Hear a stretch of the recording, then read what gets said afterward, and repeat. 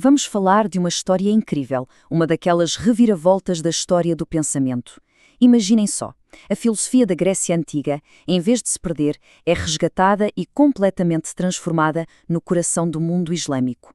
É daqui que vai nascer uma tradição intelectual novinha em folha, uma que vai mudar o jogo para sempre. Ok, para começar temos que guardar um nome. Falsafa. Sim, a palavra vem do grego filosofia, mas olha, é muito mais que uma tradução. Falsafa é o nome de batismo de toda uma nova corrente filosófica, uma tradição riquíssima que vai ecoar durante séculos. E aqui fica a grande pergunta que nos vai guiar. Como é que as ideias de Aristóteles, de Platão, escritas mais de 1000 anos antes, de repente acendem uma verdadeira idade de ouro filosófica em plena Bagdade do século IX? É essa a história que vamos desembrulhar hoje. E acreditem, é uma história cheia de surpresas. Então, o nosso caminho vai ser este. Vamos ver o que é a Falsafa, conhecer o seu pioneiro, Al-Kindi, espreitar a biblioteca que ele montou, desvendar um caso incrível de identidade trocada e, por fim, entender o legado de tudo isto. Muito bem, vamos a isso. O nosso ponto de partida é Bagdade, lá no início do século IX.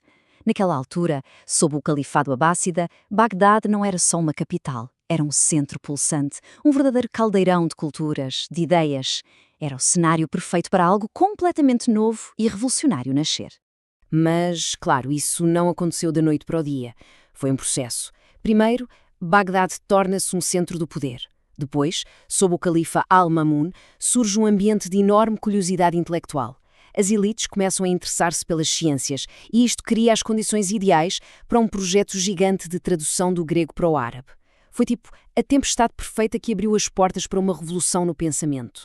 E no epicentro deste terremoto intelectual estava uma figura central, Al-Kindi.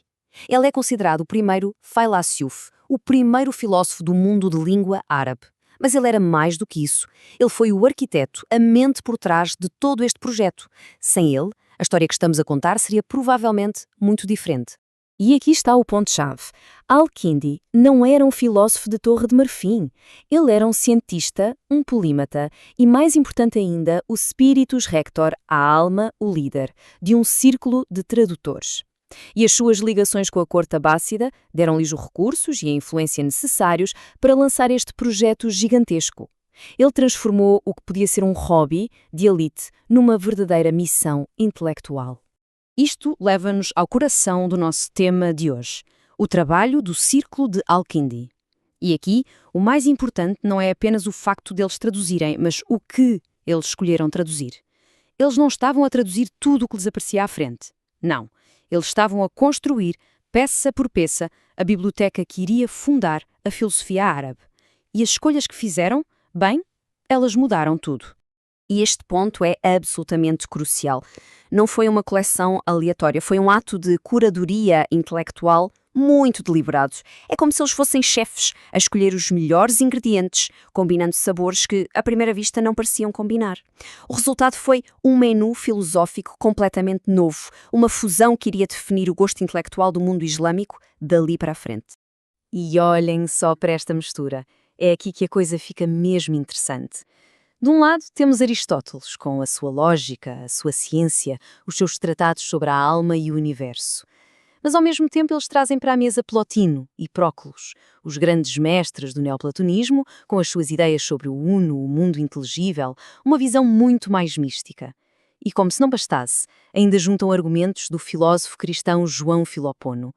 Quer dizer, traduzir Aristóteles e os neoplatônicos ao mesmo tempo era uma aposta arriscada, era como misturar dois mundos. E foi exatamente essa mistura explosiva que deu origem à base da Falsafa. Pois é, e foi por causa dessa mistura tão específica que aconteceu uma das reviravoltas mais inacreditáveis da história das ideias, porque, no meio disto tudo, descobriu-se que algumas das obras que eles pensavam ser de Aristóteles, bem, não eram dele. Preparem-se, porque este caso de identidade trocada vai abalar tudo. Imaginem o que isto significa. Os primeiros filósofos árabes estavam a ler textos que eles achavam que eram o suprassumo do pensamento de Aristóteles. Só que, na verdade, esses textos vinham de uma tradição filosófica totalmente diferente. Foi como tentar montar um puzzle com as peças trocadas. E o resultado? Foi uma imagem final que ninguém estava à espera. O primeiro caso é a chamada Teologia de Aristóteles, um texto sobre a causa primeira, o intelecto, a alma. Todos pensavam que era a obra-prima metafísica de Aristóteles, mas não era. Era, na verdade, uma adaptação de partes das Eníadas de Plotino, o fundador do neoplatonismo. De repente, as ideias mais místicas e transcendentes do neoplatonismo entraram no mundo árabe com o carimbo do nome mais respeitado da filosofia grega, Aristóteles. E não ficou por aí. O segundo texto era o livro sobre o bem puro, mais uma vez atribuído a Aristóteles, mas na verdade era uma obra de Próclo, outro gigante neoplatónico. Este livro, aliás, mais tarde ficou famosíssimo na Europa com o nome Liber de Causis, mas a sua jornada começa aqui, em Bagdade, como uma obra de um Aristóteles, que não era Aristóteles. E qual foi o resultado de tudo isto? Bem, foi muito mais do que um simples engano. O que nasceu aqui foi uma nova figura filosófica, um Aristóteles com alma neoplatónica. Este Aristóteles híbrido, que misturava a ciência e lógica com uma metafísica profunda sobre o uno, sobre a emanação, foi este Aristóteles que se tornou a figura central da falsafá por séculos. Ok, já vimos a incrível história por trás do Aristóteles árabe. Agora vamos ver como é que o Círculo de Al-Kindi usou esta mistura tão única para construir algo completamente novo. O objetivo deles não era só traduzir, era criar uma nova síntese filosófica, uma que respondesse às grandes questões da sua própria cultura e do seu tempo. A missão deles era muito clara. Eles acreditavam que a verdade que se encontra através da filosofia grega não podia de forma alguma contradizer a verdade da revelação islâmica. Então, o objetivo era usar este novo Aristóteles neoplatónico para explicar, filosoficamente, o princípio central do Islão, o Tawhid, ou seja, a unidade absoluta de Deus. Essa era a pedra de toque de todo o projeto. E o legado que eles deixaram desenrola-se quase como uma reação em cadeia. Primeiro, a fundação, a tal mistura de Aristóteles com o neoplatonismo. Depois, Al-Kindi usa essa mistura para harmonizá-la com o Tawhid. Mais tarde, gigantes como o Al-Farabi e Avicena pegam nesta base e constroem sistemas filosóficos enormes e complexos. E o resultado final? Foi uma tradição intelectual que não só definiu a filosofia no Oriente Islâmico por séculos, como acabou por influenciar profundamente o pensamento no Ocidente. No fundo, tudo se resume a esta frase, que era como um lema para Al-Kindi: a verdade não contradirá a verdade. Para ele, a razão e a revelação não eram inimigas, eram apenas dois caminhos diferentes que levavam ao mesmo lugar, à mesma realidade. O trabalho do filósofo era só mostrar como esses caminhos se encontravam. E assim, terminamos com uma pergunta no ar.